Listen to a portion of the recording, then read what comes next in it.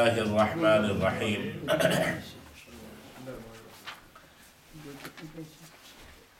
آج کا سبق الحمدللہ اللہ تعالیٰ کے فضل و کرم سے تیسرے سپارے سے شروع ہو رہا ہے۔ تیسرے سپارے کی ابتدا ہو رہی ہے۔ تلک الرسل،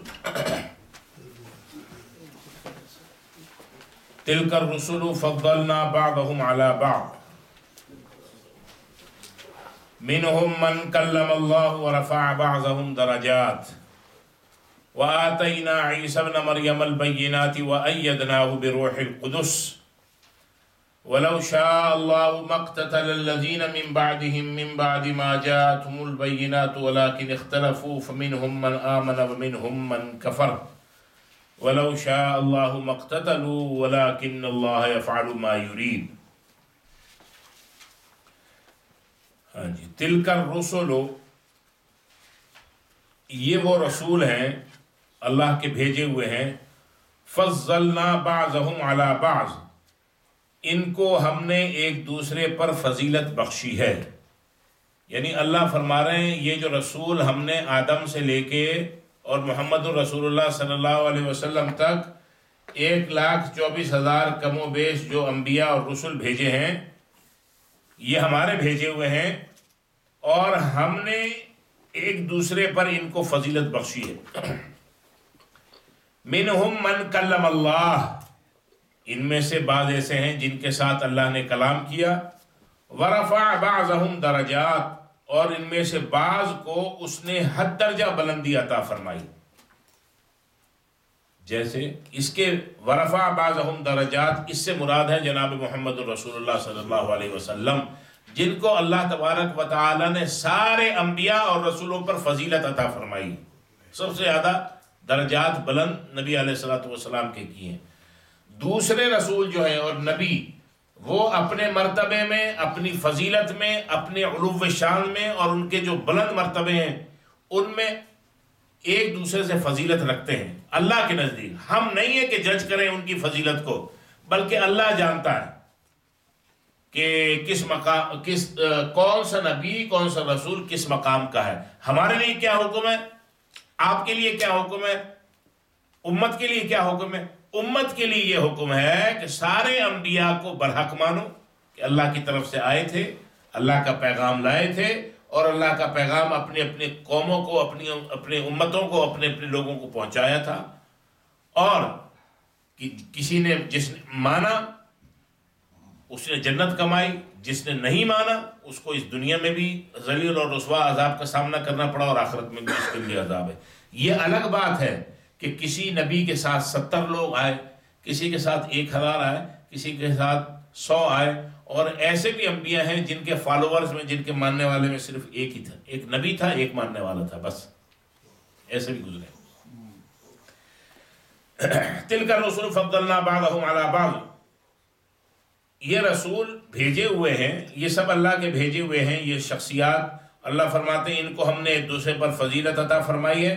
منہم من کلم اللہ، ان میں سے بعض ایسے ہیں جن سے اللہ نے کلام کیا۔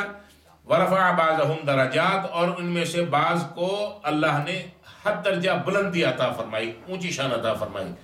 موسیٰ علیہ السلام تو تھے کلیم اللہ، ان کے ساتھ تو اللہ تعالیٰ کی بہت گفتگو اور کنورسیشن اور بات چیت ہوئی، لیکن دوسرے بھی ہیں جن کے ساتھ اللہ نے کلام فرمایا۔ جیسے حضور علیہ الصلوۃ والسلام جب آپ معراج پہ تشریف لے گئے تو اللہ تبارک و تعالیٰ کے روبرو جناب محمد رسول اللہ صلی اللہ علیہ وسلم نے اللہ تبارک و تعالیٰ کے ساتھ کلام فرمایا۔ قرآن مجید میں اس کا ذکر آتا ہے۔ وَآتَيْنَا عِيسَى ابْنَ مَرْيَمَ الْبَيِّنَاتِ، اور اللہ فرماتے ہیں اور ہم نے عیسیٰ بن مریم کو بینات عطا فرمائی، بینات دی، بینات واضح نشانیاں، بینات معجزات، بینات دلائل۔ وَأَيَّدْنَاهُ بِرُوحِ الْقُدُسِ، اور ان کی روح القدس کے ذریعے مدد فرمائی۔ روح القدس کون ہے؟ حضرت جبریل علیہ السلام۔ دیکھیے 1,24,000 انبیاء اور رسول کا یہاں ذکر اللہ فرماتے ہیں کہ وہ سب ہمارے بھیجے ہوئے تھے اور ان کو فضیلت عطا ہم نے کی، لیکن ذکر ایک کا ہو رہا ہے، عیسیٰ بن مریم کا۔ اس کی کیا وجہ ہے؟ اس کی وجہ یہ ہے کہ حضرت عیسیٰ بن مریم جو ہیں ان کو اللہ تبارک و تعالی نے بغیر باپ کے تخلیق فرمائی تھی، ان کو پیدا فرمایا تھا، اور اس دنیا میں لوگوں کے سامنے کہ ان کی ماں جو مریم تھی وہ ایک خود بھی نہایت برگزیدہ شخصیت تھی، اور اعلیٰ ماں اور باپ دونوں طرف سے اعلیٰ خاندان اور اعلیٰ نسل سے تعلق رکھتی تھی، اور پھر اچانک ایسا ہوا کہ شادی بھی ان کی نہیں ہوئی تھی، پریگننٹ ہو گئی، حاملہ ہو گئی، قوم نے بڑے الزامات لگائے، پھر بچہ ان کے ہوا عیسیٰ۔ قرآن مجید میں سورہ مریم میں تفصیل کے ساتھ اس کا ذکر ہے، تو بطور خاص چونکہ لوگوں کے سامنے وہ واقعہ پیش آیا تھا اور بڑی شان والے پیغمبر ہیں اور ان کی اس انداز سے تخلیق ہوئی، تو اسی لیے بطور خاص ان کا اللہ تبارک و تعالی یہاں پر ذکر فرما رہے ہیں۔ ویسے تو حضرت آدم علیہ السلام کو اللہ نے بغیر ماں اور باپ کے اپنی قدرت کاملہ سے پیدا فرمایا تھا، لیکن چونکہ جس وقت حضرت آدم کو پیدا فرمایا اس وقت کچھ بھی نہیں تھا، تو اس لیے بجائے آدم علیہ السلام کا ذکر کرنے کے اللہ تبارک و تعالی نے یہاں سیدنا عیسیٰ بن مریم کا ذکر علیہ السلام ان کا ذکر فرمایا، کیونکہ یہ اسی دنیا میں اسی زمین کے اوپر ان کی تخلیق کا واقعہ پیش آیا تھا۔ اب یہاں تین مسئلے بیان ہوئے ہیں، ایک کہ یہ کہ اللہ نے انبیاء کو ایک دوسرے کے اوپر برتری عطا فرمائی ہے، نمبر دو جن انبیاء کے ساتھ براہ راست کلام ہوا ہے اور انہیں اللہ تبارک و تعالی نے مخصوص معجزات دیے ہیں وہ بلند و برتر ہیں، ان انبیاء سے کہ جن کے ساتھ کلام نہیں ہوا اللہ اور ان کو بہت سے انبیاء ایسے جن کے ساتھ کلام اللہ نے نہیں کیا اور خصوصی معجزات ان کو عطا نہیں فرمائے، اور تیسری بات یہ کہ رسول اللہ صلی اللہ علیہ وسلم سے پہلے حضرت عیسیٰ ہی بنی اسرائیل کے افضل ترین پیغمبروں میں سے تھے، جناب محمد رسول اللہ صلی اللہ علیہ وسلم جب تشریف لائے تو آپ کی فضیلت سب کے اوپر مقدم اور اول ہو گئی۔ ان انبیاء کے مسائل کو یہاں پر بیان کرنے کے تین مقاصد ہیں۔ نمبر ایک، انبیاء کو برتری عطا ہوئی، سب انبیاء برتر ہیں، سب انبیاء شان والے ہیں، لیکن سب سے زیادہ شان والے سیدنا محمد رسول اللہ صلی اللہ علیہ وسلم ہیں۔ نمبر دو، ان کے ساتھ اللہ تعالیٰ نے کلام فرمایا اور اللہ تبارک و تعالیٰ نے ان کو معجزات عطا فرمائے، اللہ تعالیٰ نے نبی علیہ السلام کو بھی معجزات عطا فرمائے اور نبی کے ساتھ بھی کلام فرمایا، اور قرآن کی شکل میں ابدی ازلی قیامت تک رہنے والا اللہ تبارک و تعالیٰ نے معجزہ جناب محمد رسول اللہ صلی اللہ علیہ وسلم کو عطا فرمایا۔ اللہ آگے فرما رہے ہیں وَلَوْ شَاءَ اللَّهُ، اگر اللہ تعالیٰ چاہتا، مَقْتَتَلَ الَّذِينَ مِن بَعْدِهِمْ، تو وہ آپس میں نہ لڑتے جو ان رسولوں کے بعد آئے، جو ان کے بعد آئے یعنی ان رسولوں کے بعد جو لوگ آئے، من بعد، بعد اس کے ما جاءتہم البینات، کہ ان کے پاس کھلی نشانیاں آ گئی تھیں، ولیکن اختلفوا، لیکن انہوں نے اس میں اختلاف کیا، فمنہم من آمنا، تو ان میں سے کچھ ایمان لے آئے، ومنہم من کفر، اور ان میں سے کوئی کفر کی روش کے اوپر ہی رہے۔ وَلَوْ شَاءَ اللَّهُ، اگر اللہ تعالیٰ چاہتا، مَقْتَتَلُوا، تو وہ آپس میں نہ لڑتے، وَلَكِنَّ اللَّهَ يَفْعَلُ مَا يُرِيدُ، لیکن اللہ تعالیٰ کرتا ہے وہی جس کا وہ ارادہ فرماتا ہے۔ اللہ تعالیٰ اس حقیقت کو ان آیات میں بیان فرما رہے ہیں کہ یہ اللہ کی قدرت میں بھی تھا کہ تمام انسانوں کو زبردستی ایمان لانے پر مجبور کر دیا جاتا، اور اس صورت میں اللہ کا دین ایک ہی ہو جاتا اور کوئی اختلاف نہ ہوتا، لیکن اس بات سے اللہ تعالیٰ کا سارا نظام تلپٹ ہو جاتا۔ دنیا اللہ تبارک و تعالیٰ نے انسان کے لیے بنائی اس لیے تھی، اور اس میں اللہ نے انسان کو بھیجا اس لیے تھا، اور اس کے بھیجنے کا مقصد یہ تھا کہ اس کا امتحان لیا جائے کہ اللہ کے بھیجے ہوئے پیغمبروں سے ہدایت کا راستہ معلوم کرنے کے بعد ہدایت کے راستے پہ کون چلتا ہے اور اختلاف میں پڑھ کے آپس میں لڑتا بھڑتا کون ہے، اس ہدایت کے راستے سے ہٹتا کون ہے۔ یعنی اس کو دوسرے الفاظ میں یوں سمجھے کہ یہ بات اللہ کی قدرت میں تھی اور ہے کہ اگر وہ چاہتا تو لوگ اختلاف کا شکار نہ ہوتے. آج بھی لوگ کہتے ہیں یہ کیوں اختلاف ہے، یہ اختلافات کیوں ہیں؟ یہ اختلاف جو ہے یہی اس دنیا کا اصل رنگ ہے. اختلاف ہوتا ہے، سر پھٹول ہوتی ہے، ادھر کی ادھر، ادھر کی ادھر، سفید سیاہ، سیاہ سفید، کوئی گروپ ادھر پھسل پھسل کر رہا ہے، یہی تو زندگی ہے. کیا خیال ہے؟ تو اللہ تعالیٰ اگر چاہتا تو یہ لوگ اختلاف کا شکار نہ ہوتے. اللہ تبارک و تعالیٰ نے انبیاء بھیجے، واضح نشانیاں بھیجی، ہدایت کے پیغام بھیجے. اگر اللہ کی مشیت ہوتی تو یہ ان سب کو اللہ تبارک و تعالیٰ ہدایت دے دیتا. کوئی کسی سے نہ لڑتا، ایک دوسرے سے کوئی جھگڑا نہ کرتا. اللہ نے خیر اور شر کے راستے انسانوں کو دکھا کر ان کو اپنے ارادے کے مطابق عمل کا اختیار دے دیا. یہ صحیح ہے اور یہ غلط ہے، یہ اصلی ہے اور یہ نقلی ہے، یہ نیکی ہے، یہ بدی ہے، یہ خیر ہے، یہ شر ہے. تو اللہ تبارک و تعالیٰ نے ارادے کا اختیار انسان کو دے دیا. اللہ نے کسی کے اچھے یا برے کسی کے ارادے کو سلب نہیں کیا. یہی انسان اپنے اختیار سے جو کام اچھا کرنا چاہے اچھا کام کر سکتا ہے. اللہ تعالیٰ نے اس انسان کو اختیار دیا ہے اسی ہاتھ پاؤں کے ساتھ. ابھی ویکینڈ ہے، بہت سے لوگ چلے گئے دوسرے دھندوں کی طرف اور آپ آ گئے اللہ کے گھر میں.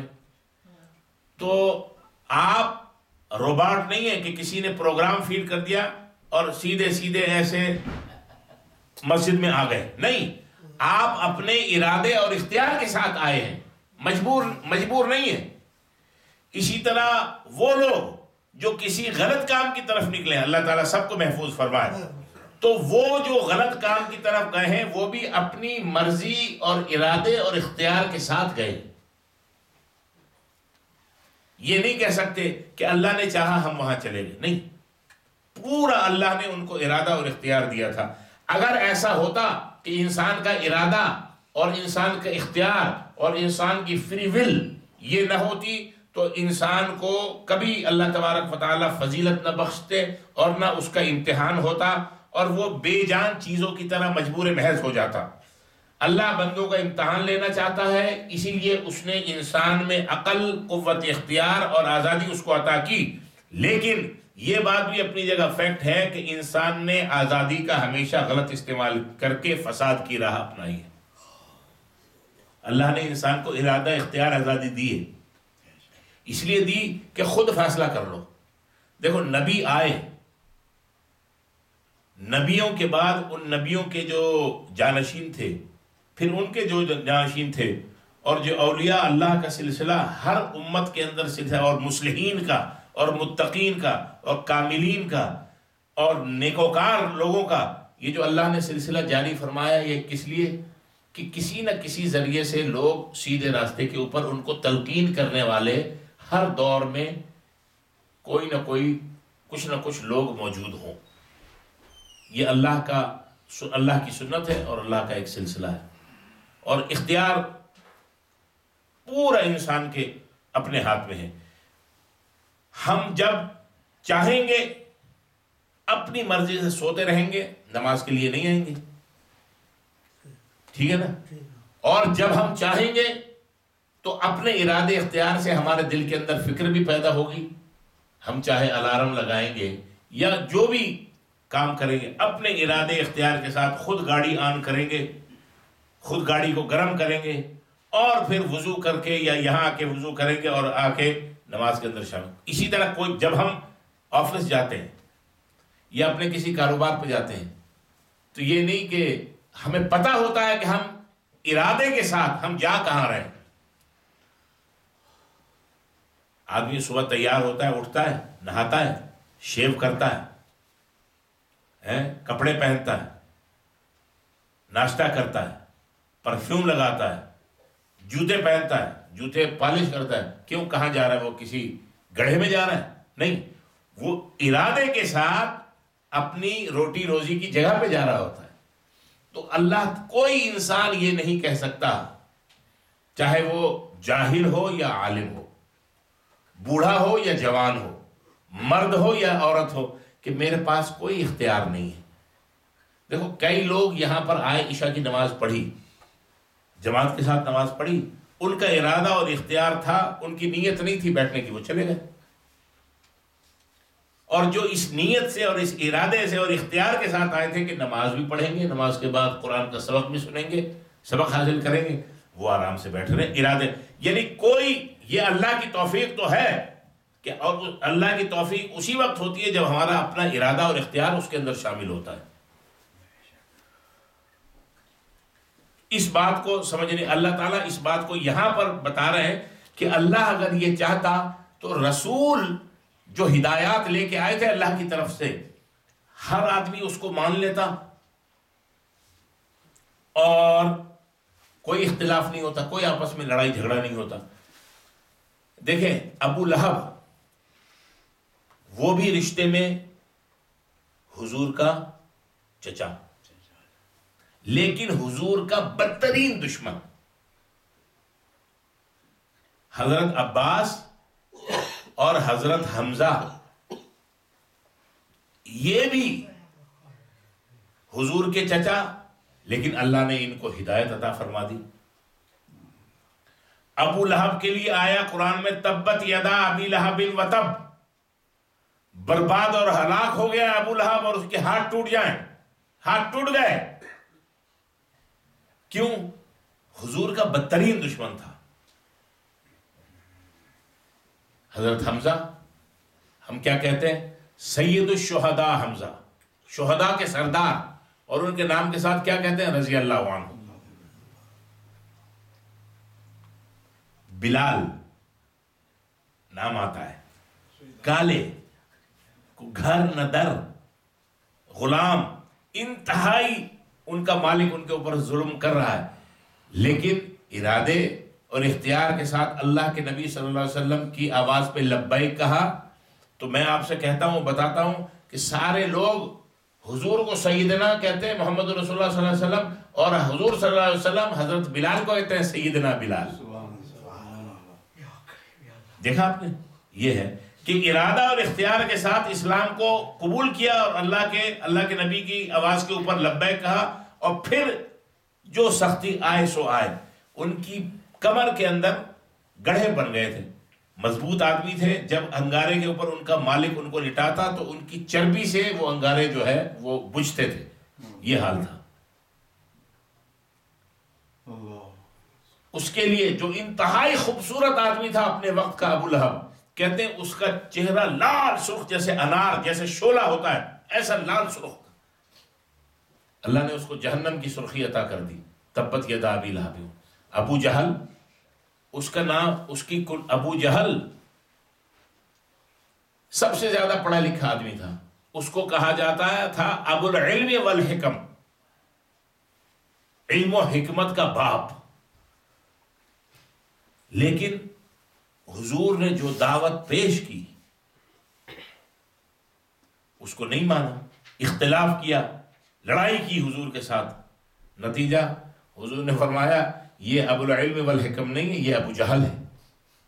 آج لوگوں کو پتہ بھی نہیں ہے کہ اس کی اصلی کنیت تھی کیا، سب کو یہ پتہ ہے ابو جہل ہے۔ اور حضور نے فرمایا یہ جس طرح موسیٰ علیہ السلام کے زمانے میں وہ فرعون ہوا تھا، میرے زمانے کا فرعون یہ ابو جہل ہے۔ اللہ نے پورا اختیار دیا تھا۔ جن حضرات نے اللہ کے نبی کی تعلیمات کے اوپر لبیک کہا، ہم ان کے ساتھ، نام کے ساتھ رضی اللہ عنہ کہتے ہیں، اللہ ان سے راضی ہو، اللہ ان سے راضی ہو گیا۔ اور دوسری طرف دوسرا طبقہ وہ بھی جن کا میں نے ذکر کیا، تو اللہ کے یہ ارادے اور اختیار میں تو تھا کہ سب مومن ہو جاتے ہیں۔ وَلَوْ شَاءَ رَبُّكَ لَجَعَلَ النَّاسَ أُمَّةً وَاحِدَةً وَلَا يَزَالُونَ مُخْتَلِفِينَ۔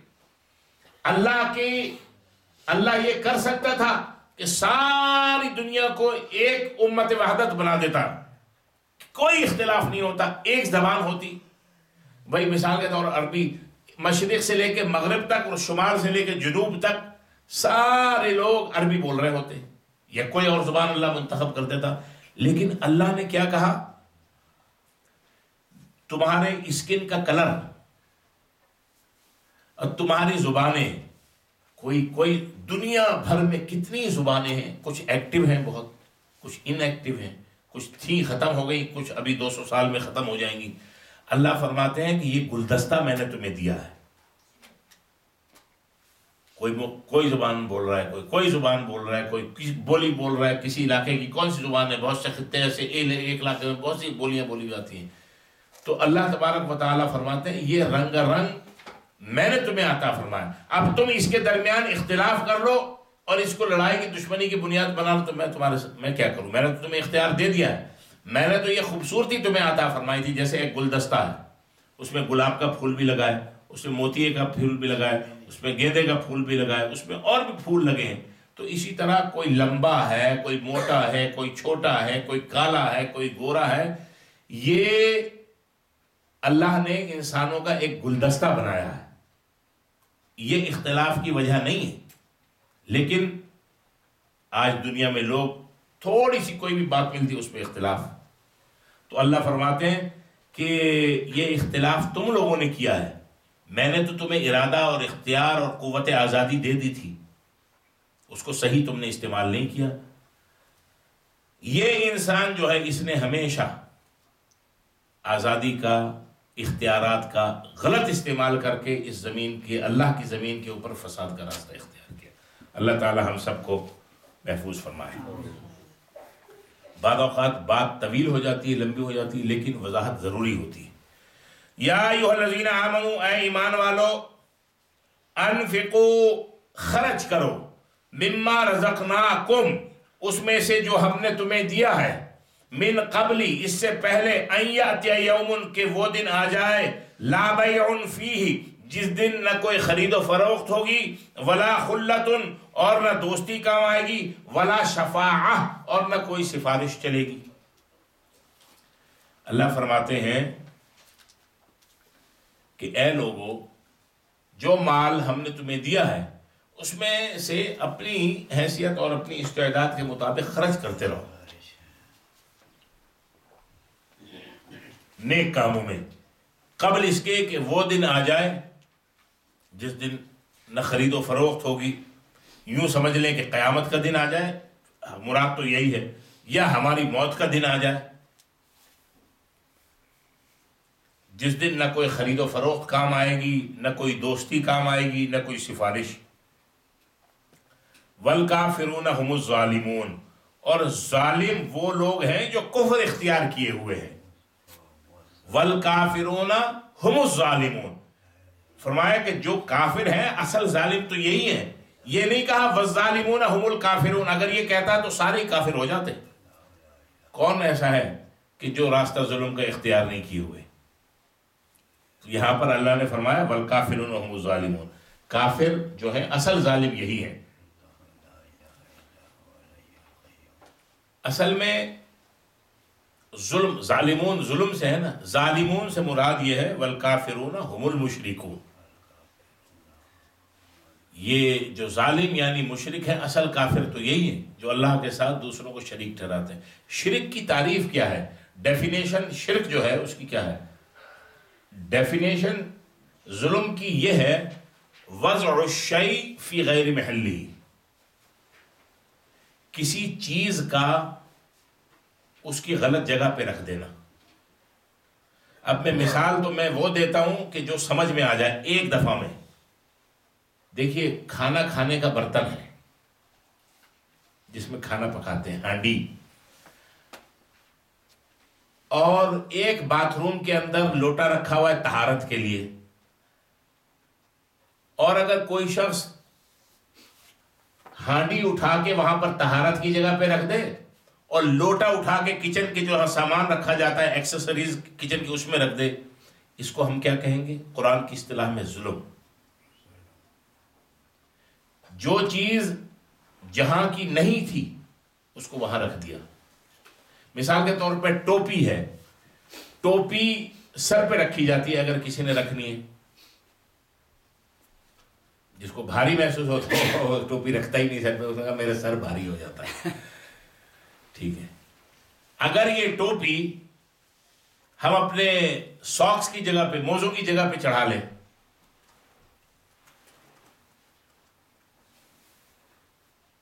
اس کو کہیں گے ظلم.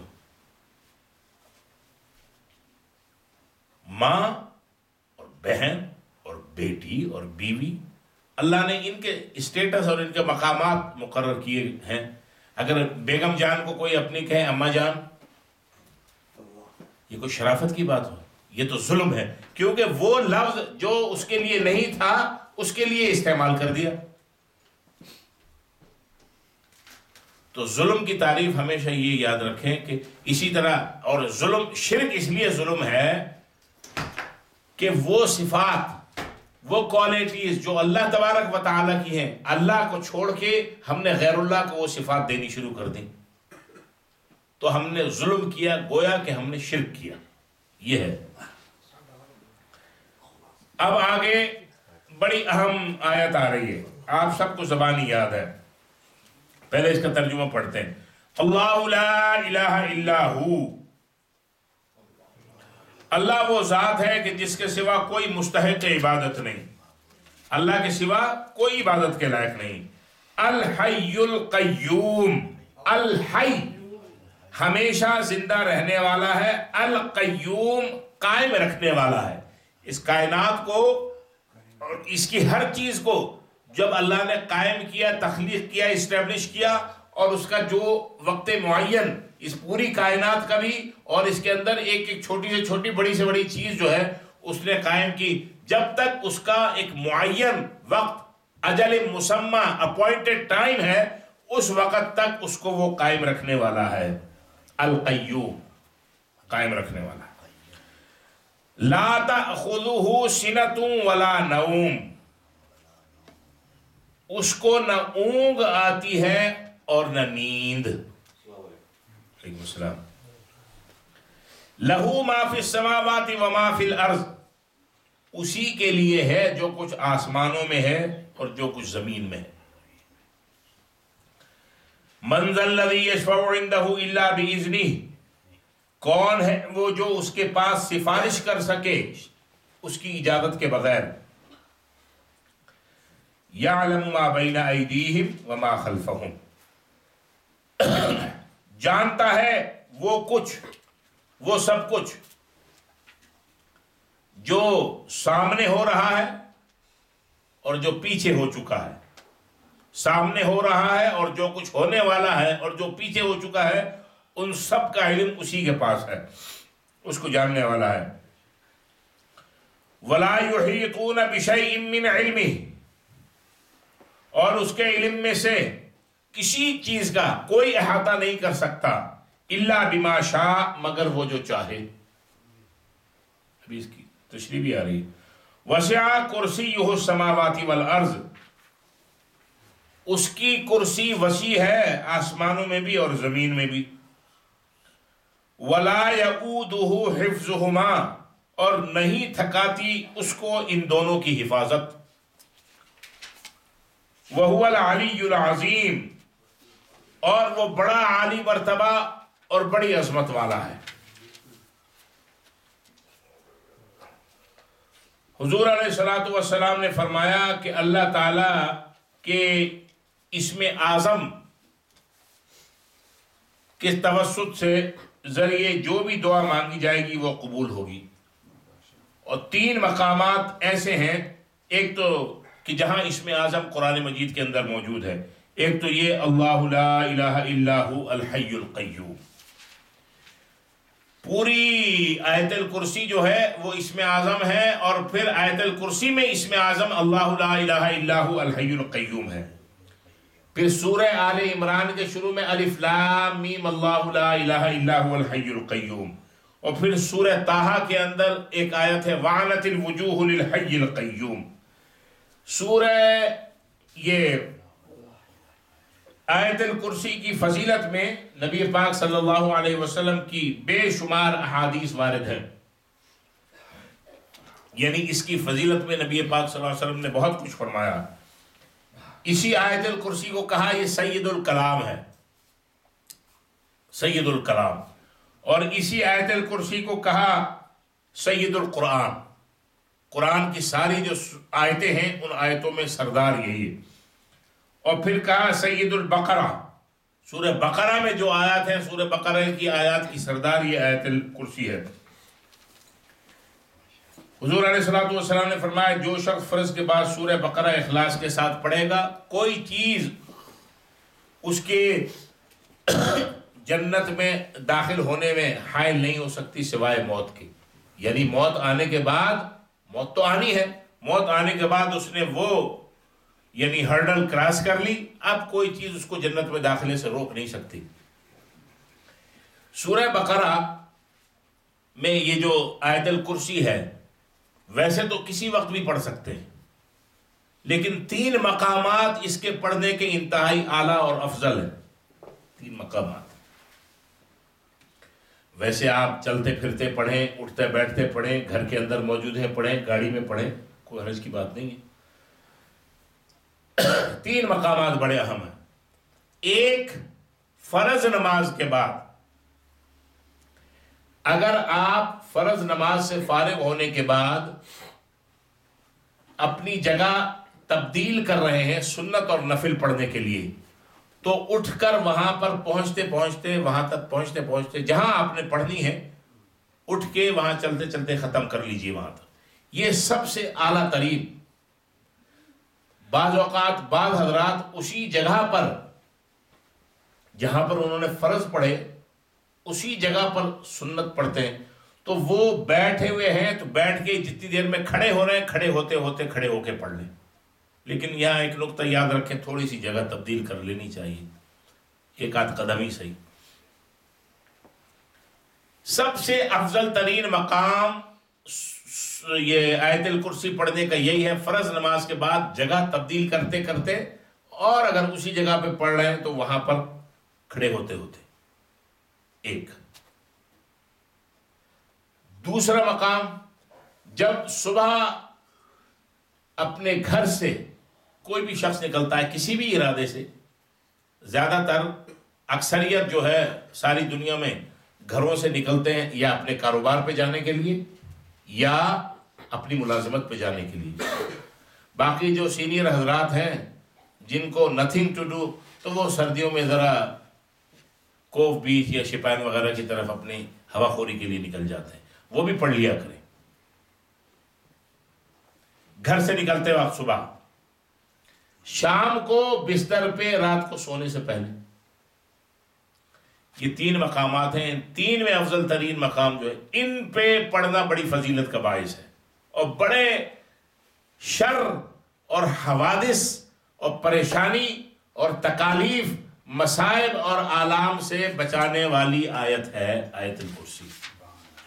آپ یہ دیکھیں، سید الکلام کہا حضور نے، اس کو سید القرآن کہا اور اس کو سید البقرہ کہا۔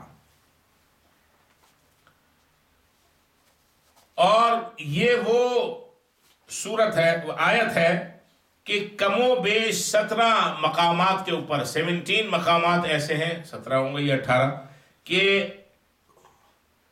ان مقام پہ اللہ تبارک و تعالیٰ کا ذکر ہے ایک ہی آیت کے اندر۔ اللہ لا الہ الا، اور ہو الحی القیوم لا تأخذہ، یہ ہو کی جو ضمیر ہے وہ ولا نوم، لہو کی ہا، اور یشفع عندہ کی ہا الا باذنہ، یہ ہی باذنہ، یہ جو ضمیر ہے یہ یعلم کی ضمیر یعنی یعلم، وہ جانتا ہے، اللہ جانتا ہے۔ ولا یحیطون بشیء من علمہ، یہاں اس کی ہے بما شاء، وسع اس کی ضمیر، ولا یعودہ اس کی ضمیر، علی العظیم، وہوا یہ علی اور عظیم۔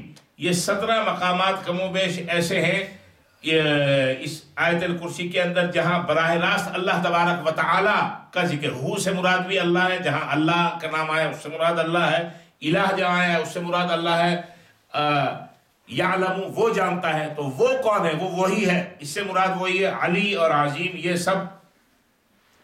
اور سب سے پہلے اس میں استعمال ہوا اللہ، جو اللہ تبارک و تعالی کا ذاتی نام ہے۔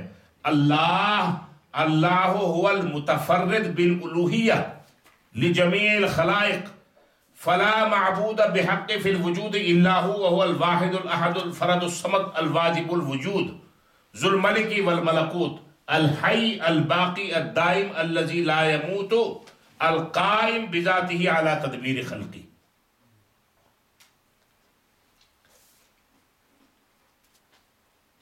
آیت الکرسی کی چلو تھوڑی سی اور بھی اس کی ذرا فضیلت دیکھ لیتے ہیں اور ذرا اس کی تفصیل کہ اللہ کا تو آپ نے یہ سمجھ لیا. اس کے بعد ہے الحی. حی اس کو کہتے ہیں جس کا وجود ذاتی ہو اور وہ سرمدی ہو، ازلی ہو، ابدی ہو. القیوم یعنی اس کی نگرانی اور اس کی حفاظت. قیم کے معنی چاق و چوبند. منتظم یعنی ایسا منتظم کہ اس کے انتظام کے اندر، اس کے ایڈمنسٹریشن کے اندر کوئی لوزنس یا کوئی جھول نہ ہو، ڈھیل نہ ہو. بھئی اللہ نظام سارا چلا رہا ہے آسمانوں سے لے کے زمین تک اور ایک سرے سے لے کے دوسری سرے تک. اللہ کے دو بچے ہوں، ایک میاں اور ایک بیوی اور ایک بیٹا اور بیٹی، نظام بڑی مشکل سے چلتا ہے. اس کو گھسیٹ رہے، وہ اس کو گھسیٹ، اس نے کہا مجھے یہ چاہیے، اس نے کہا مجھے یہ نہیں چاہیے، مجھے وہ چاہیے. وہ نیا جو آیا ہے آئی پاڈ MP3 کہاں سے لائیں؟ ابھی نہیں، بعد میں جب تم ہائی اسکول میں آ جاؤ گے تب. ایک سلسلہ ہے کھینچا تانی کا کہ جو کبھی کہیں ٹائٹ ہو جاتا ہے، کہیں لوز ہو جاتا ہے. لیکن اللہ اتنی بڑی کائنات کا جس کے اندر چیونٹی سے بھی چھوٹی مخلوقات ہیں اور جنات جیسے شریر اور شرری اور مضبوط مخلوقات بھی ہیں، اللہ تبارک و تعالی ساروں کا انتظام چلا رہے ہیں. قیوم ہے یعنی اس کی نگرانی، اللہ کی نگرانی بڑی چاق و چوبند اور بڑی ایڈمنسٹریٹو ہے. لا تاخذہ سنۃ ولا نوم. سنتن اور نوم، سنا کہتے ہیں اونگنے کو اور نوم کہتے ہیں نیند کو. آدمی ایسا نہیں ہوتا کہ ایک دم اس نے آنکھ بند کی اور فوراً نیند آ گئی. کسی کے پیریڈ کم ہوتا ہے، کسی کا زیادہ، پہلے ذرا آنکھیں بند ہونی، ایسا کرتا ہے، جوائیاں لیتا ہے. تو وہ کیفیت جو ہے وہ اس کے اونگنے کی ہوتی ہے، آنکھوں میں نیند آنے کی ابتدا ہے. خمار جس کو کہتے ہیں، آنکھوں کے اندر نیند کا خمار آنا. اور پھر جب وہ گہرا درجے پر پہنچ جائے، ہائی لیول پر پہنچ جائے، تو وہ نوم کہلا دیتی ہے کہ جب انسان سو جائے، ہاتھ پاؤں ڈھیلے ہو جائیں اور اس کا دل غافل ہو جائے. اور پھر اللہ تبارک و تعالیٰ نے اللہ تبارک و تعالیٰ نے موسیٰ علیہ السلام کو جو وحی فرمائی تھی، موسیٰ علیہ السلام کو اللہ تبارک و تعالیٰ نے فرمایا تھا قُلْ لِهَٰؤُلَاءِ إِنِّي أَمْسِكُ السَّمَاوَاتِ وَالْأَرْضِ بِقُدْرَتِي فَلَوْ أَخَذَنِي نَوْمٌ أَوْ نُعَاسًا لَزَالَتَا. اللہ تبارک و تعالیٰ نے فرمایا کہ اے موسیٰ علیہ السلام اپنے لوگوں کو بتا دیجئے کہ میں اس پوری کائنات کو، اس عالم کو اپنی قدرت کے ساتھ تھامے ہوئے ہوں، جو نیند یا اونگ کی حالت میں ممکن نہیں.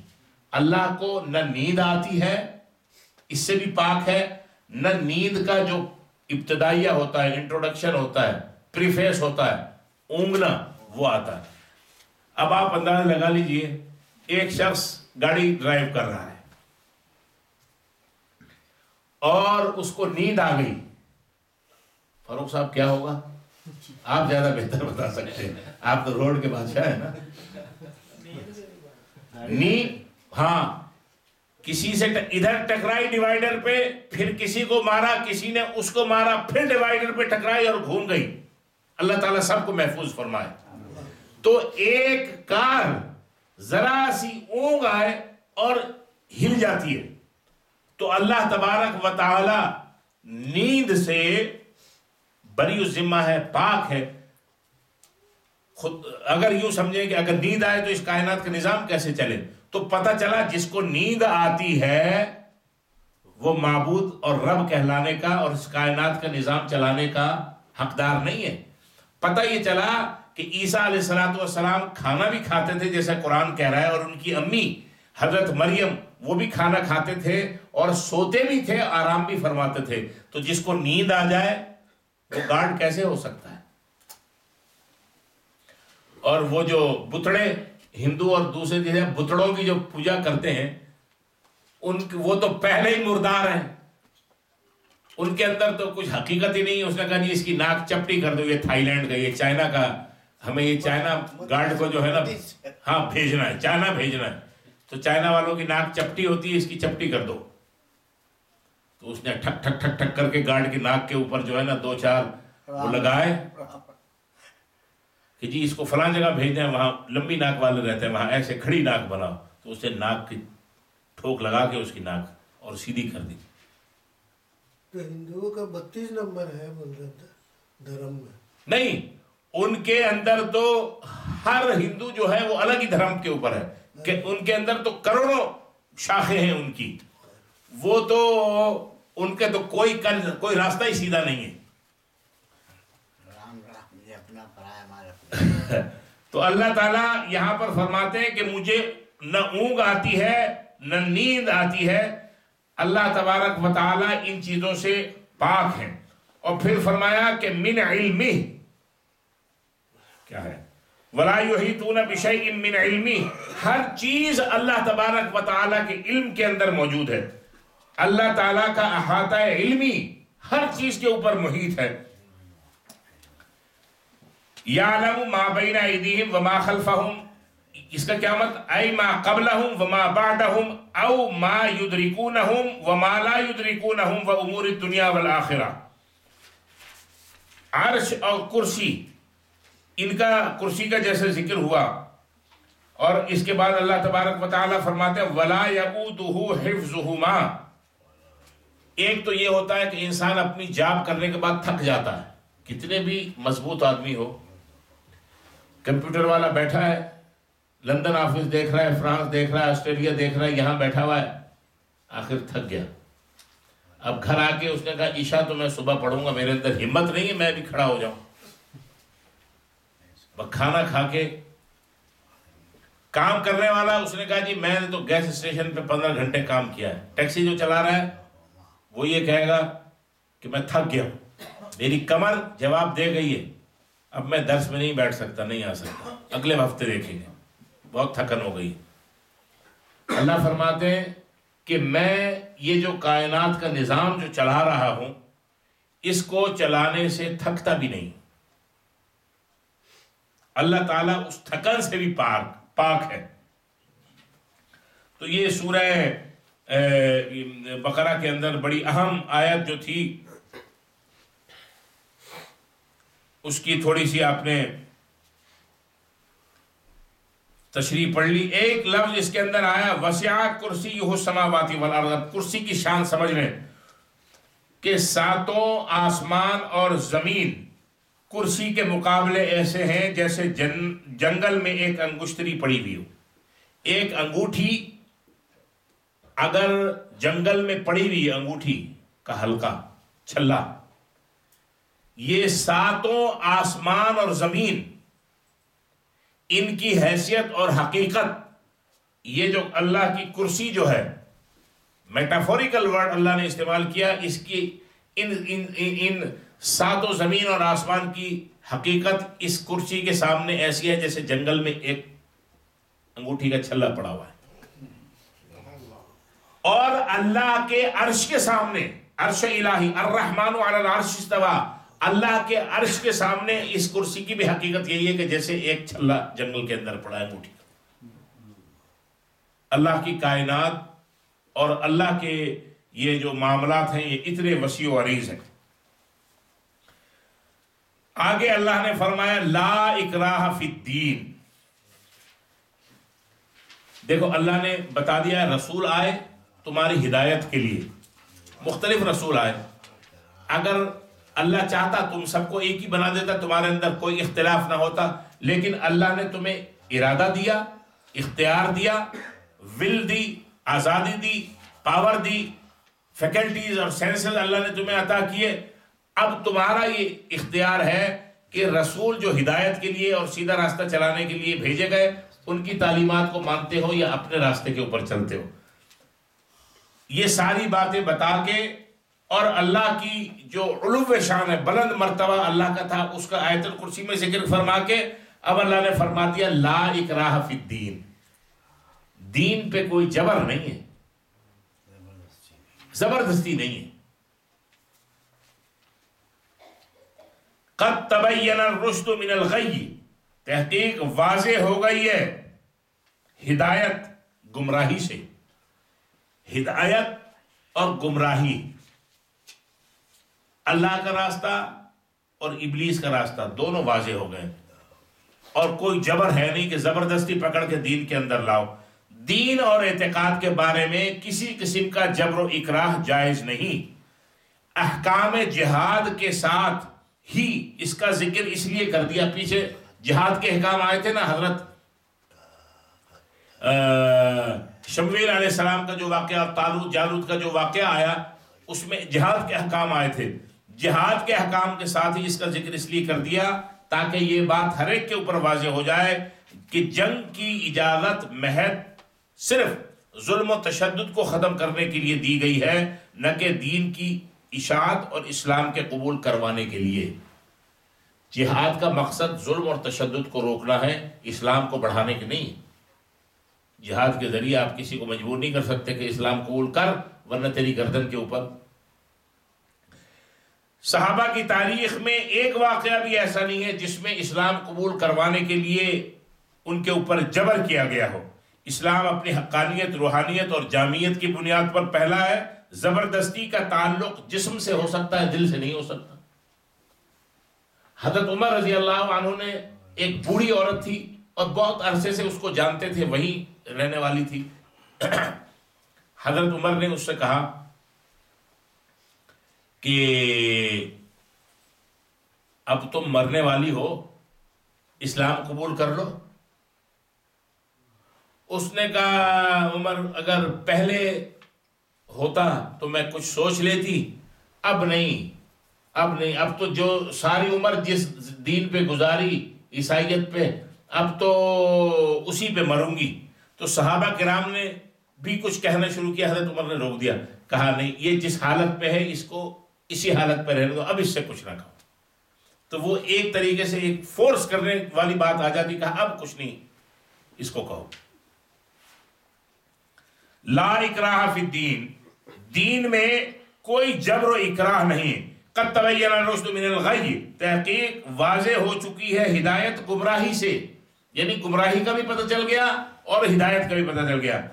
فمن یکفر بالطاغوت، فمن یکفر، تو جو انکار کرے بالطاغوت، طاغوت کا، ویؤمن باللہ، اور ایمان لائے اللہ پر، فقد استمسک بالعروۃ الوثقی، تو گویا اس نے ایک مضبوط حلقہ تھام لیا ہے، لا انفصام لہا، جس کا ٹوٹنا ممکن نہیں.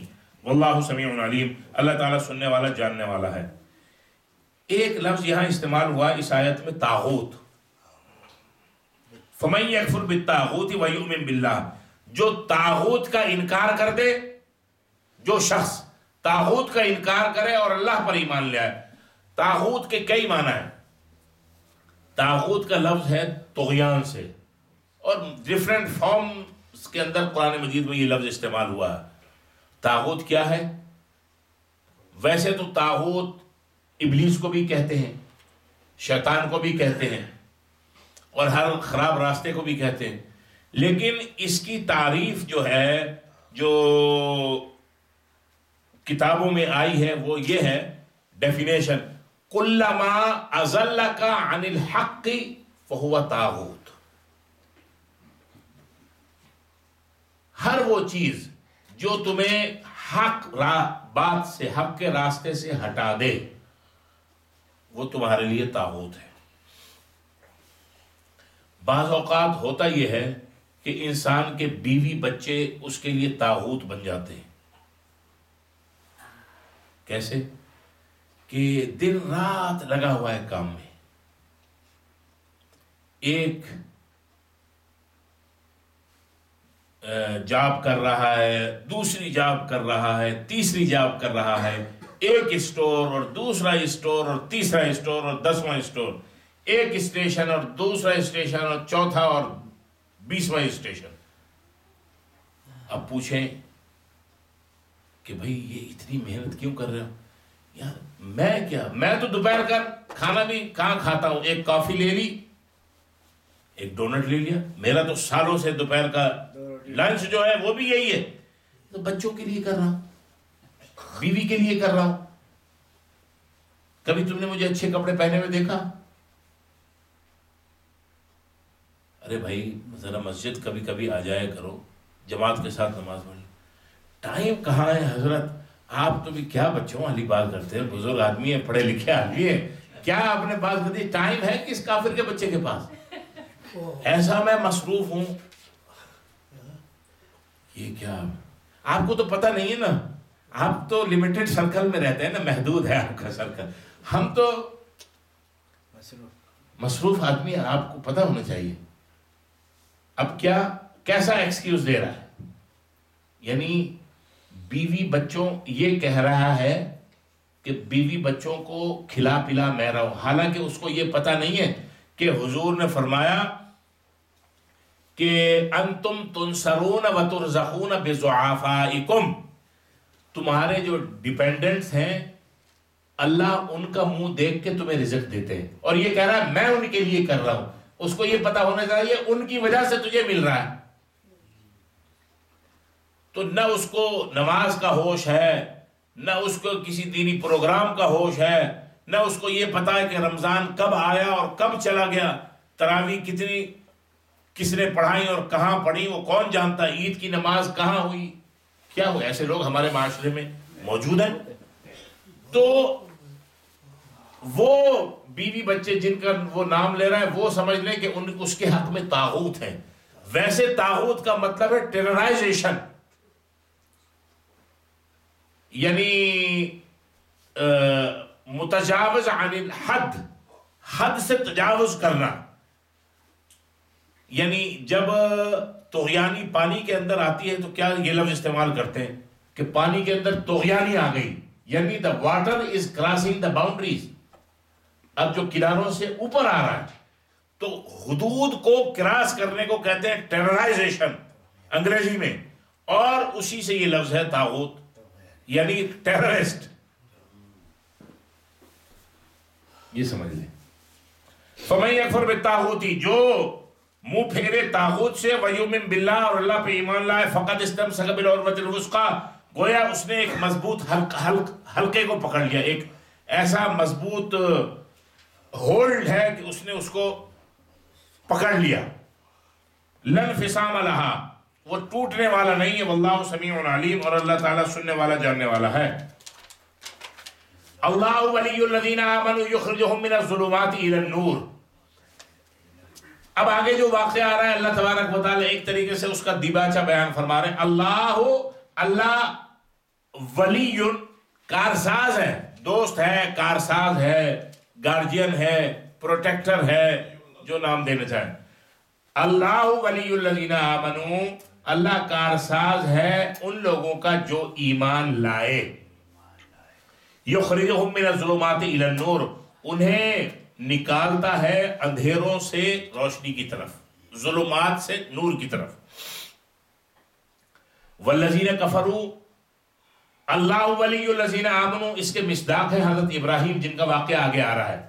والذین کفروا، اس کا مصداق ہے نمرود.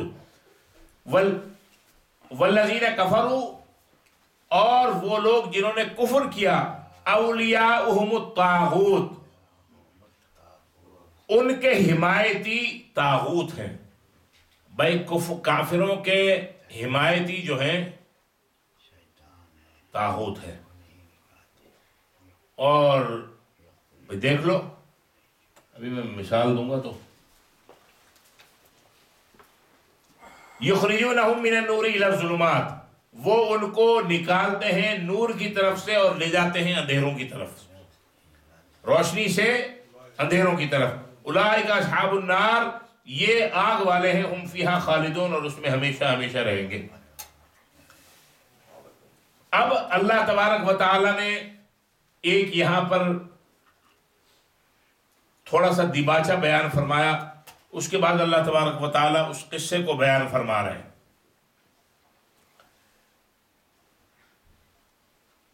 الم تر الی الذی حاج ابراہیم فی ربہ ان آتاہ اللہ الملک۔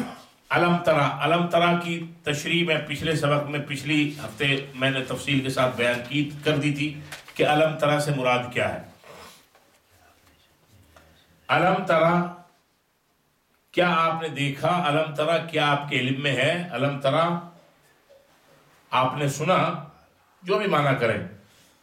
الی الذی حاج ابراہیم فی ربہ، علم تر الی الذی حاج ابراہیم فی ربہ، کیا آپ کو معلوم ہے اس شخص کے بارے میں جس نے جھگڑا کیا ابراہیم سے خود اپنے رب کے بارے میں؟ ان آتاہ اللہ الملک، حالانکہ اللہ نے اس کو ملک بھی عطا فرمایا ہوا تھا، بادشاہت بھی دی ہوئی تھی۔ اذ قال ابراہیم،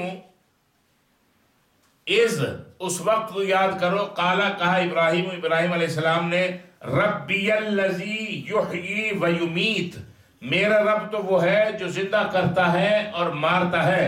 قالا، تو اس آدمی نے کہا، انا احیی و امیت، میں بھی مار سکتا ہوں، میں بھی زندہ کر سکتا ہوں اور مار سکتا ہوں۔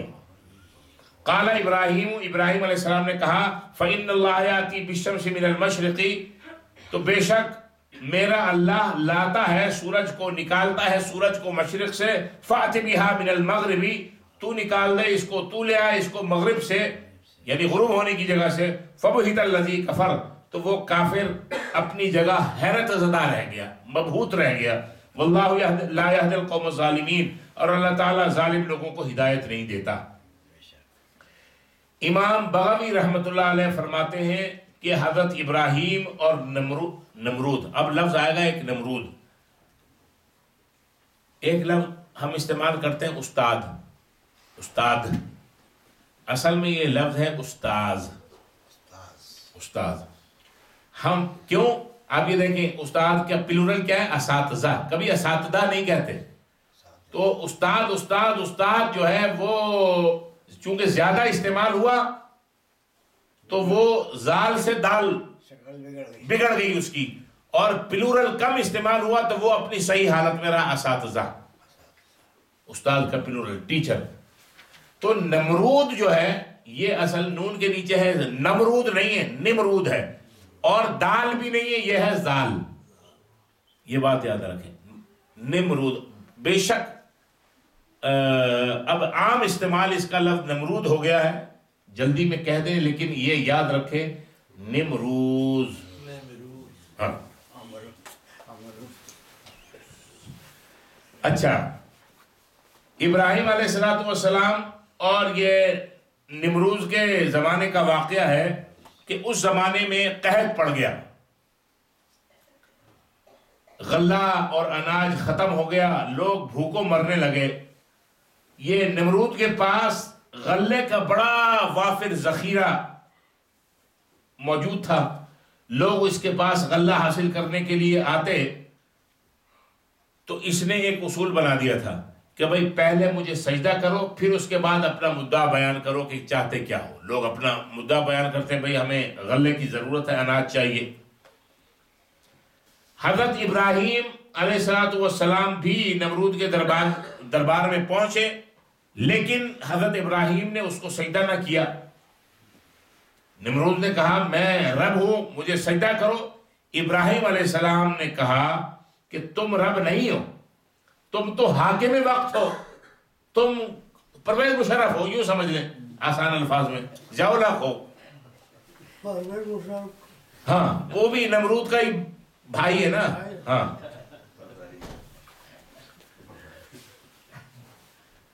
تو ابراہیم علیہ السلام نے مزید کہا رب وہ ذات ہے جو زندہ کرتا ہے اور مارتا ہے، یہ چیز تمہارے اختیار میں نہیں۔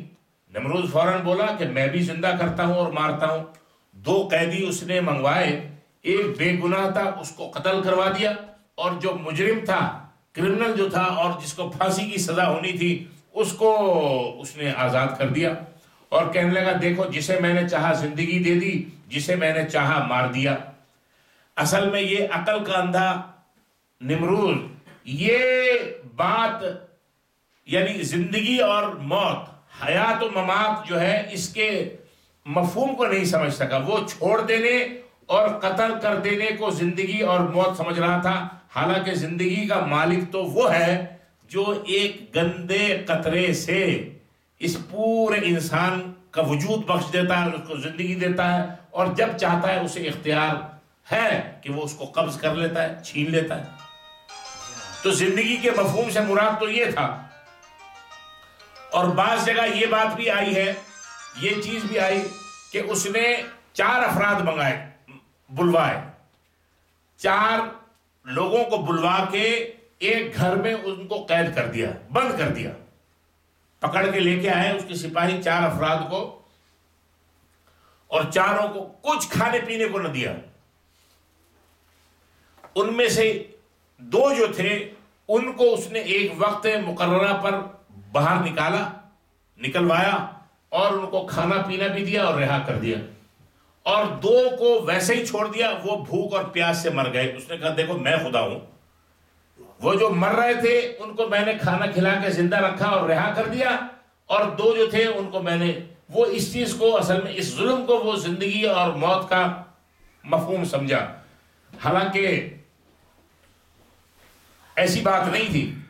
تو ابراہیم علیہ السلام کا اس کے ساتھ جو مناظرہ ہوا، جو گفتگو ہوئی، جو آرگیومنٹ ہوئی، اللہ تبارک و تعالی یہاں فرماتے ہیں الم تر الذی حاج ابراہیم فی ربہ ان آتاہ اللہ الملک، کیا تم نے نہیں دیکھا اس شخص کو جو ابراہیم علیہ السلام سے ان کے رب کے خود اپنے رب کے بارے میں، حالانکہ اس کے رب نے اس کو بادشاہت بھی عطا فرمائی تھی، جھگڑا کر رہا تھا۔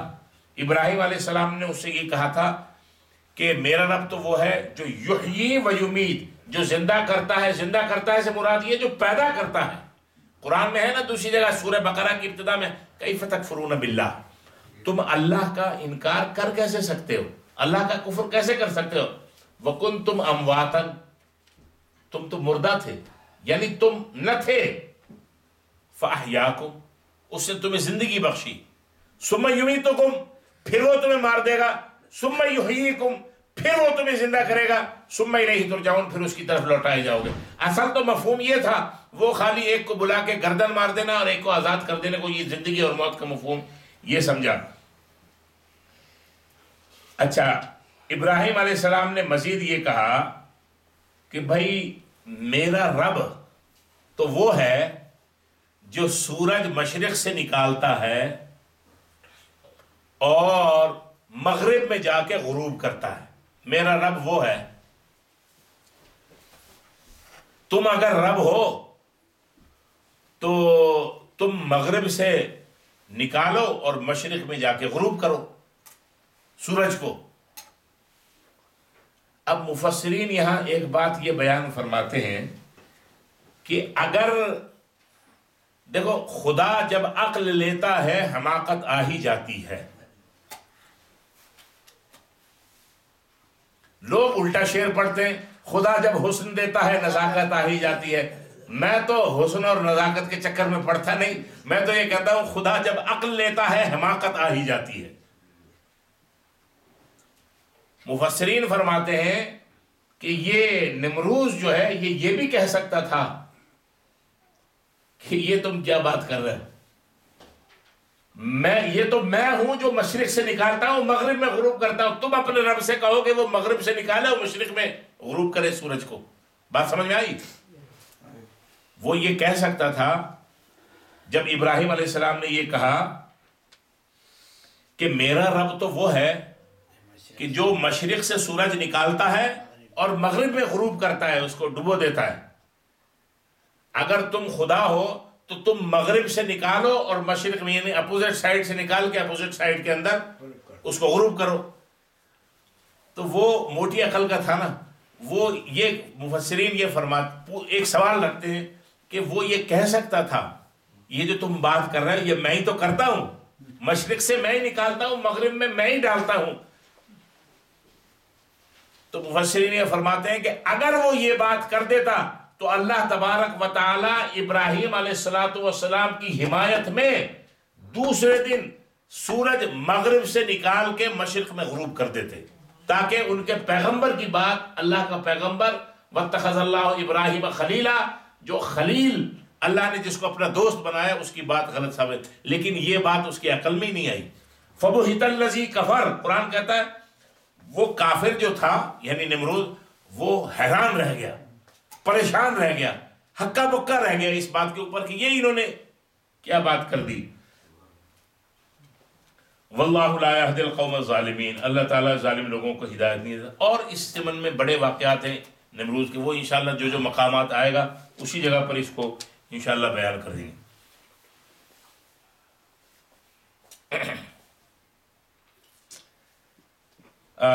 اب آگے ایک اور واقعہ، او کالذی مر علی قریۃ وہی خاویۃ علی عروشها،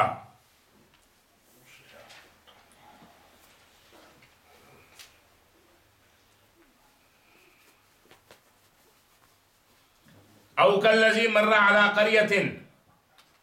اچھا، یہ نمرود کا ذکر آیا تو تابعی ہیں مجاہد، وہ فرماتے ہیں ملکت دنیا مشارقها و مغاربها اربعۃ، ایسے بادشاہ جنہوں نے ساری دنیا پہ حکومت کی، یعنی مشرق سے لے کے مغرب تک جنہوں نے حکومت کی، بادشاہت چلائی، چار ہیں۔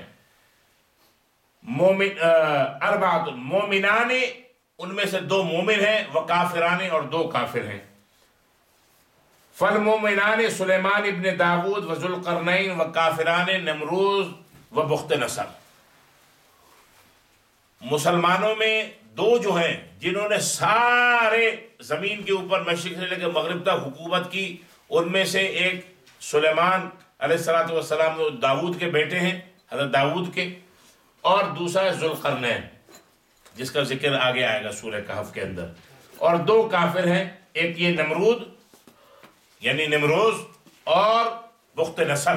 بخت نصر وہ ہے، آپ پہلے بھی اس کا ذکر پڑھ چکا ہے، جس نے بنی اسرائیل پہ بڑے ظلم کیے اور یہ فلسطین کی سرزمین کو رون ڈالا، اور کعبہ، جب بیت المقدس کعبہ تھا یہاں پر اس نے اس کی بڑی بے حرمتی کی، یہاں سے سارے جو تبرکات تھے اس نے اٹھائے اور برباد کر دیے، اور یعنی بیت المقدس کی حرمت کو خراب کرنے کے لیے اس نے ایک ایک کونے میں جو ہے وہ خنزیر ذبح کروا کے اور ان کا خون بیت المقدس کے اندر اس کی بے حرمتی کرنے کے لیے بہایا۔ اتنا خطرناک آدمی تھا۔ اللہ تعالیٰ فرما رہے ہیں کہ او کالذی، ایک تو واقعہ یہ بیان ہو گیا، او کالذی مر علی قریۃ وہی خاویۃ علی عروشها، او کالذی مر، یا اسی طرح اس شخص کو جو گزرا علی قریۃ، ایک بستی پر، وہی خاویۃ، اور وہ بستی گری پڑی ہوئی تھی، علی عروشها، اپنی چھتوں پر۔ بستی چھتوں پر گری ہوئی تھی، کیا مطلب؟ دیواریں پہلے گری، دیواروں کے اوپر پھر چھتیں گری، تو دیواریں نیچے تھیں اور چھتیں ان دیواروں کے اوپر پڑی ہوئی تھیں۔ قال، اس نے کہا، انا یحیی ھذہ اللہ بعد موتها، قال، اس نے کہا، انا یحیی ھذہ اللہ بعد موتها، اللہ ان کو مرنے کے بعد کیسے زندہ کرے گا؟ ایک انہوں نے ایک اظہار تعجب کیا، شک کا اظہار نہیں بلکہ تعجب کا اظہار۔ فاماتہ اللہ 100 عام، اللہ نے اس کو مار دیا 100 سال کے لیے، ثم بعثہ، پھر اس کو اٹھایا۔ قال، کہا، کم لبثت، تو رہا کتنے دن، یعنی کتنی مدت تو رہا اس حالت میں، موت کی حالت میں؟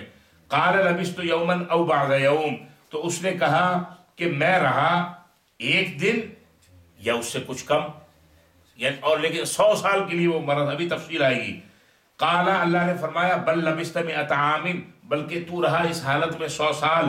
فانظر الی طعامک، پس تو دیکھ اپنے کھانے کی طرف، و شرابک، اور اپنے پینے کی طرف، لم یتسنہ، وہ سڑا نہیں، خراب نہیں ہوا۔ وانظر الی حمارک، اور دیکھ اپنے گدھے کی طرف، ولنجعلک آیۃ للناس، اور یہ اس لیے ہے کہ ہم نے تجھے لوگوں کے لیے اپنی قدرت کی نشانی بنا دیا. وانظر الی العظام، اور اب تو دیکھ ان کی ہڈیوں کی طرف.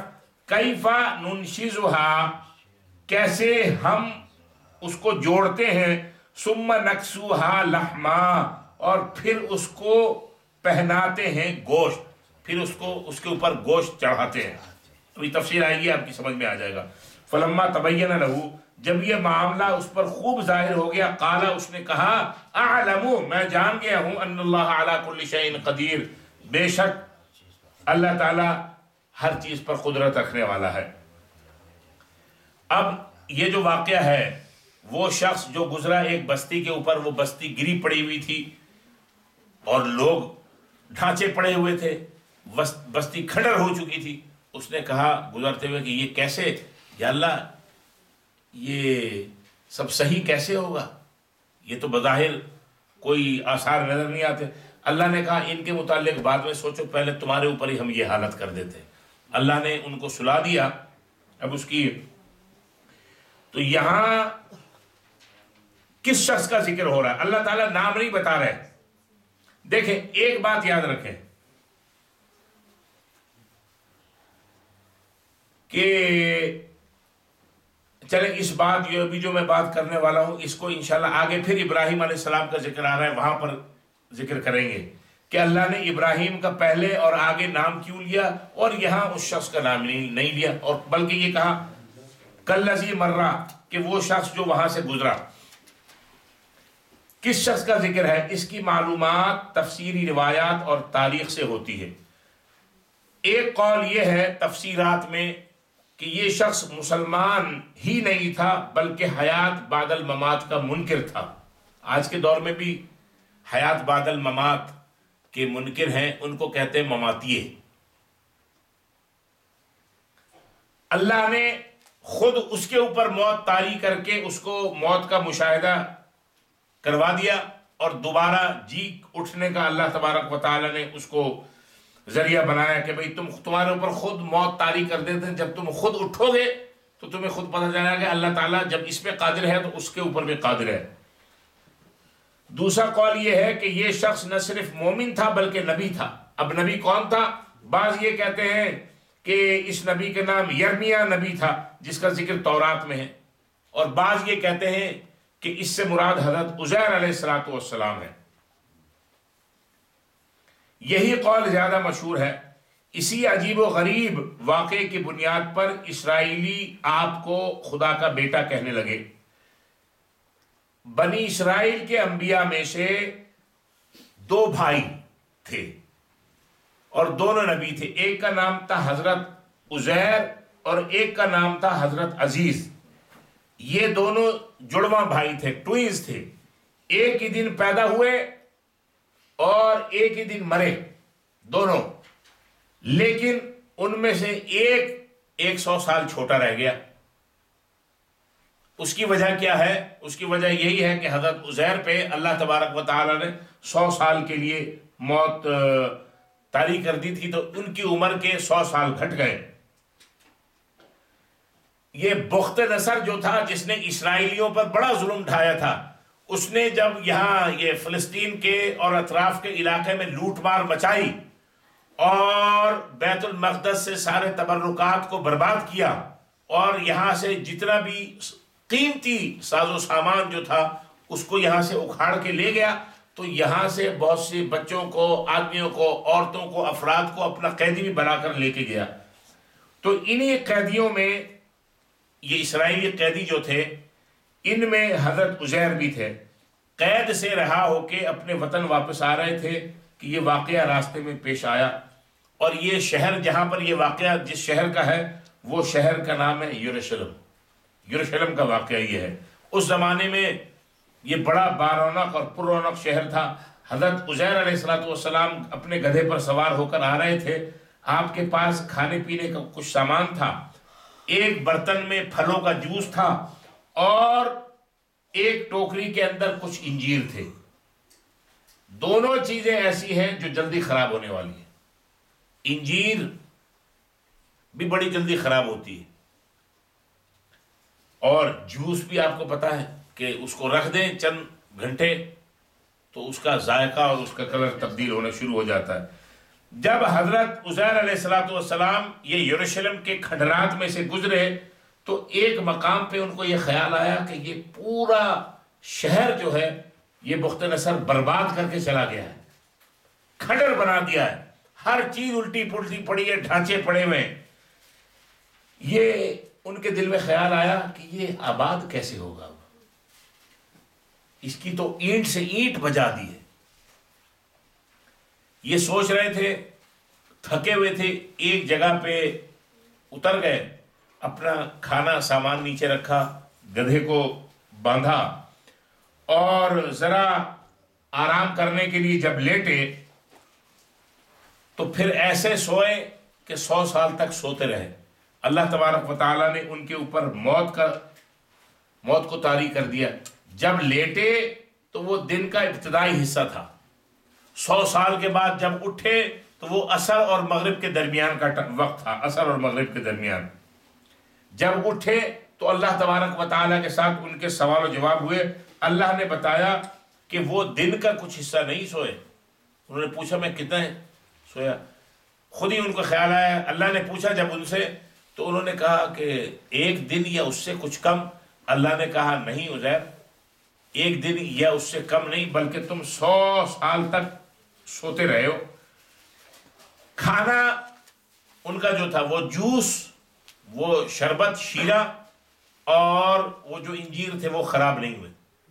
البتہ گدھا ان کا مر چکا تھا اور اس گدھے کا ڈھانچہ اللہ نے ہڈیاں وڈیاں اور کچھ کھال وال بال جو ہے وہ تھوڑے سے محفوظ تھے، 100 سال تک بھی وہ ادھر ادھر بکھری ہوئی تھی۔ اللہ تبارک و تعالی نے ان کے سامنے ان کے گدھے کو زندہ کیا۔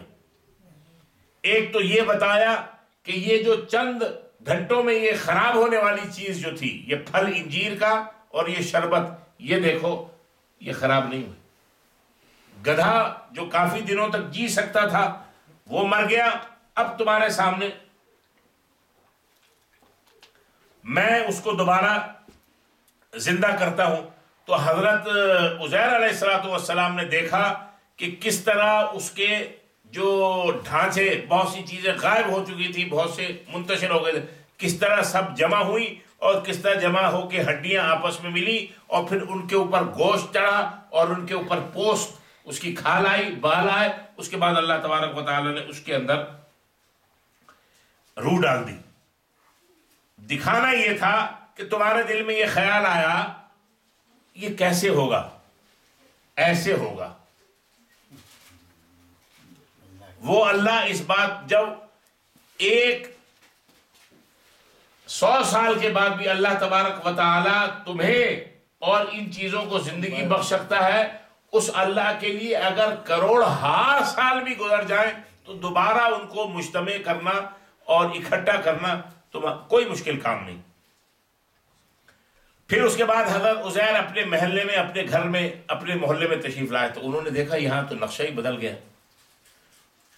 وہ جو جگہ، وہ جو کھنڈرات، وہاں پر نئی اب یہ دیکھیں نا، جنگ عظیم ورلڈ وار 1 اور 2 کے اندر کیسے کیسے جرمنی کے اور دیگر علاقے، فرانس کے اور دوسرے علاقوں کے شہروں کا کیا حال ہو گیا تھا، تباہ برباد، کھنڈر ہو گئے تھے، اینٹ سے اینٹ بج گئی تھی۔ اور آج اب دیکھیں ان علاقوں میں جب آپ وزٹ کریں تو کوئی آثار آپ کو نظر نہیں آئیں گے۔ تو بالکل اسی طرح ہوا کہ جب حضرت عزیر علیہ السلام گئے اپنے محلے کی طرف تو کسی نے ان کو پہچانا نہیں۔ گھر میں ان کو اپنے گھر کا تو ظاہر ہے پتا تھا، گھر میں ناک کیا اور جب داخل ہوئے تو دیکھا ایک بڑھیا بیٹھی ہوئی ہے، بوڑھی عورت۔ انہوں نے پوچھا کہ بھئی آپ کون ہیں؟ انہوں نے کہا بھئی آپ تو آنکھ والے ہو نا، مجھے لگتا ہے آپ مجھ سے پوچھ رہے ہو، آپ کون ہو پہلے تو اپنا تعارف کروائیں۔ انہوں نے کہا میں عزیر ہوں۔ اب عزیر، انہوں نے کہا کون عزیر؟ وہ عزیر جو اسی گھر میں رہتا تھا۔ اس نے کہا وہ تو 100 سال ہوئے، گیا تھا پھر واپس نہیں آیا، کہیں مرکب گیا ہوگا، اور ان کو یاد کر کے وہ رونے لگی۔ تو اس نے کہا کہ بھائی حضرت عزیر نے کہا کہ میں ہی عزیر ہوں. انہوں نے کہا تم عزیر ہو؟ میں نہیں مانتی. انہوں نے کہا آپ کو ماننا پڑے گا، میں عزیر ہوں اور یہ میرا گھر ہے. انہوں نے کہا، بوڑھی نے کہا مجھے اتنا معلوم ہے کہ وہ عزیر جو تھا وہ بڑا مستجاب الدعوات تھا، جو دعا کرتا تھا جس کے حق میں کرتا تھا قبول ہو جاتی تھی. تو مجھے تو ایک اس کی نشانی پتہ ہے. انہوں نے کہا ٹھیک ہے، تم اندھی ہو، میں تمہارے لیے دعا کرتا ہوں. عزیر علیہ السلام پیغمبر تھے، اللہ سے دعا کی، اللہ تبارک و تعالیٰ نے اس بوڑھی عورت کو بینائی عطا کر دی، آنکھیں عطا کر دی. اب جب اس کی آنکھوں میں روشنی آئی تو اس نے حضرت عزیر کو پہچان لیا. اللہ تبارک و تعالیٰ نے اس طریقے سے حضرت عزیر علیہ السلام کو یہ دکھایا اور بتایا کہ وہ اللہ جو اس بات کے اوپر قادر ہے کہ 100 سال کے بعد بھی اللہ تبارک و تعالیٰ ان کو زندگی بخش سکتا ہے. اور اس سے پہلے واقعہ آ گیا ہے حضرت شمویل علیہ السلام کا. آپ پہلے دوسرے سپارے کے آخری رکوع میں یا اس سے پہلے پڑھ چکے کہ کس طریقے سے انہوں نے دعا کی اور وہ جو لوگ تھے وہ سب زندہ ہو گئے. وَإِذْ قَالَ إِبْرَاهِيمُ رَبِّ أَرِنِي كَيْفَ تُحْيِي الْمَوْتَى. اب آگے ایک اور بات آ رہا ہے. اللہ فرماتے ہیں وَإِذْ، اس وقت کو یاد کرو، قال ابراہیم، ابراہیم نے کہا رب ارینی، اے میرے رب، ربی اے میرے رب، ارینی مجھے دکھا دے، کیفا کیسے، تحیی تو زندہ کرتا ہے، الموتا مردے کو. ابراہیم اللہ کے خلیل تھے. اللہ سے انہوں نے کہا اے میرے رب مجھے دکھا دے آپ مردوں کو زندہ کیسے کرتے ہیں. قال اولم تؤمن، اللہ نے کہا کیا تم ایمان نہیں رکھتے، کیا تمہیں یقین نہیں ہے. قال ابراہیم نے کہا بلا، ہرگز ایسی بات نہیں ہے، ولکن لیطمئن قلبی، لیکن یہ بات میں اپنے دل کے اطمینان کے لیے کر رہا ہوں. اب ایک نقطہ یہاں پر یہ یاد رکھے، ابراہیم علیہ السلام تو جلیل القدر پیغمبر ہیں، اور 5 اولو العزم من الرسل مائٹی پروفٹس جو ہیں، ہی از ون آف دیم. ابراہیم کون ہے؟ ابراہیم، موسیٰ، عیسیٰ، نوح اور محمد رسول اللہ صلی اللہ علیہ وسلم. یہ 5 ہیں اولو العزم من الرسل. یہ کیسے کہہ رہے ہیں کہ اللہ مردوں کو زندہ تو کیسے کرے گا، مجھے دکھا دے، میں دل کا اطمینان چاہتا ہوں. بعض لوگوں نے، بعض جو جدید مفسرین ہیں، اب ان کا میں نام کیا لوں، بہت سے لوگوں کا میں نام لے لیتا ہوں اور انشاءاللہ ان کے معاملات آگے بھی آئیں گے تو اس مقام پہ ان کا نام لے لیا جائے گا. بس ابھی ختم ہونے والا ہے 2-3 منٹ، ڈونٹ وری. تو انہوں نے کہا کہ ابراہیم علیہ السلام ایک وقت تک تردد اور تشکیک کا شکار رہے. اس سے بڑا نبی کے اوپر الزام نہیں ہو سکتا. نبی کبھی اللہ کی ذات اور اللہ کی صفات یا اللہ کے معاملات میں کسی ڈاؤٹ یا تردد یا تشکیک کا شکار نہیں رہتا.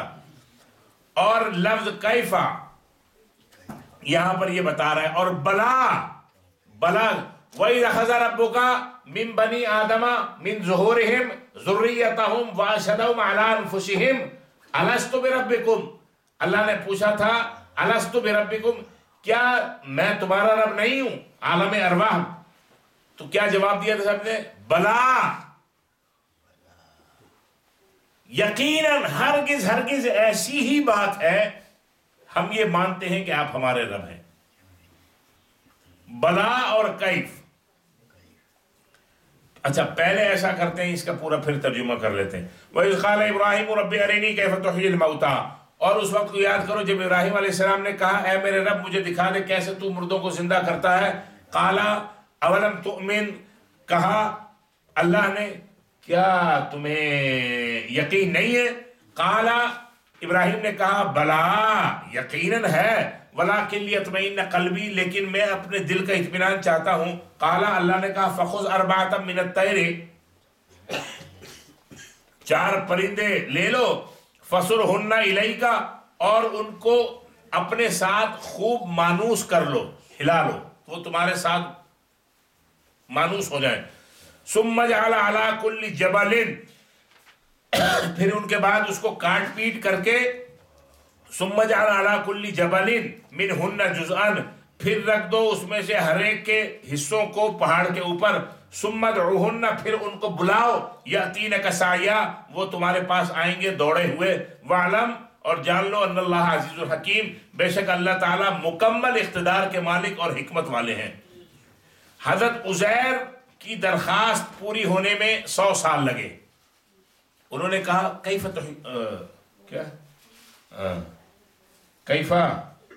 کہاں گیا بھائی، انا یحیی ھذہ اللہ بعد موتہ، یہ کیسے زندہ ہوں گے؟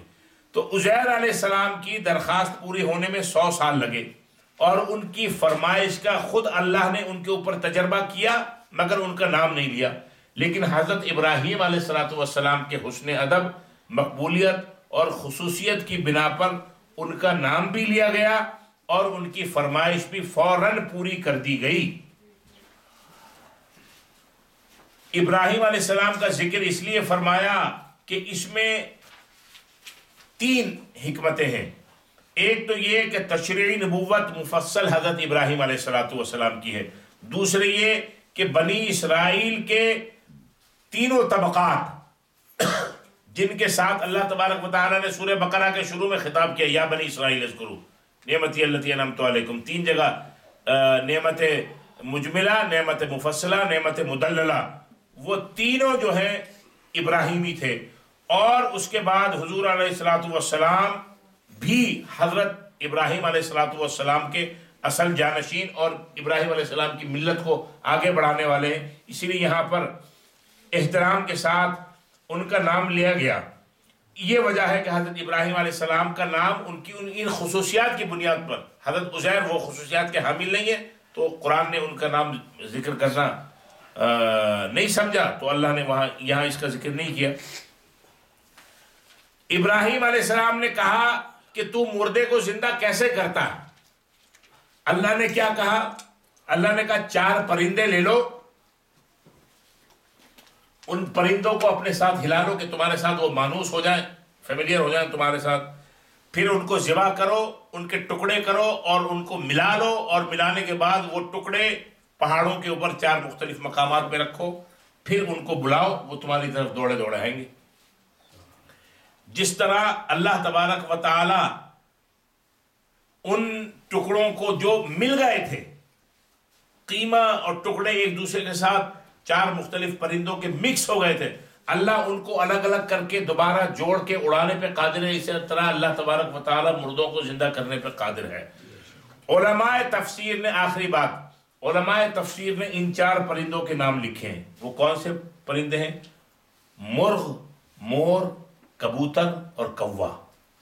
یہ 4 پرندے ایسے ہیں کہ جن کو حضرت ابراہیم نے اپنے ساتھ مانوس کیا تھا، اور ان کو کاٹ کے ان کو ملایا، مکس کیا. اور ان 4 پرندوں کی علماء تفسیر نے وجہ بھی بتائی ہے. کون سے پرندے؟ مرغ، مور، کبوتر اور کوا. اور اس کی وجہ بھی بیان کی ہے کہ مرغ جو ہے اس میں سولت یعنی اٹیک اور جفتی کی رغبت بہت زیادہ ہوتی ہے. جب آپ مرغے کو دیکھیں، وہ مرغی کو قابو کرنے میں ہی لگا رہے گا، اس کے ساتھ ڈیٹ مارنے کے چکر میں رہے گا، پر ٹیڑھا کر لیا اس کو طواف کرا رہا ہے، گھما رہا ہے. یہ مرغ کی خاصیت ہے. مور میں تکبر، عجب اور خود بینی زیادہ ہوتی ہے، اپنی ذات کو بار بار دیکھنا، اپنے پاؤں کو دیکھتا ہے، پر کو دیکھتا ہے، اکڑ میں رہتا ہے. اور کبوتر میں ترفع اور سرعت الی الہوا ہوتی ہے کہ وہ پرواز اونچا جانا چاہتا ہے، اڑنا چاہتا ہے. کوے میں شدت حرص، خساست نفسانی پائی جاتی ہے.